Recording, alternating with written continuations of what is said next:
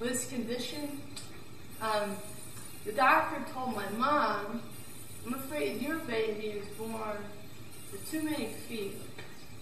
She said she cried even though she didn't know exactly what it meant, except that having a baby with too many heaven forbid feelings sounded hard to protect.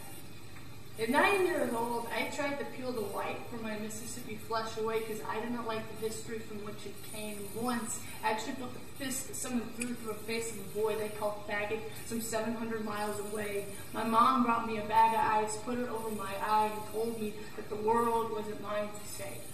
I've never been impressed with superheroes, y'all. Just regular people who did incredible things. I was a weird kid who thumbed at pictures of Einstein, Martin Luther King, Marilyn Monroe, and they took them to my wall. I thought that the magnitude behind their impact could be attributed to how much they felt. How else can you explain the way Beethoven played even though he couldn't hear a thing, or the way Martin Luther King always spoke up for what he believed in spite of all the hatred that he and his family received.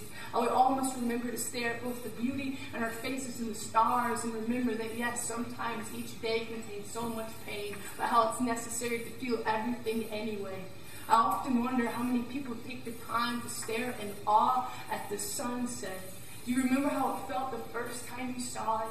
Have you ever seen something so gorgeous that suddenly made life incredibly all worth it? Because we're all going to have for 6 days and heartbreaks, y'all, but the trick is stitching stars on the inside of your eyelids to help you see the bright side of things. Even when you break, know that it doesn't make you broken as much as it creates you into a beautiful jigsaw of a human. I believe that when we are born, we don't come out speaking but feeling for a reason.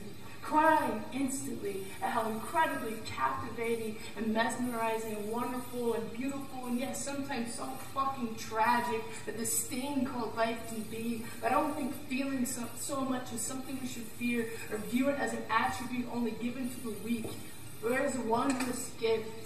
And I think that life without it would be a horrible thing.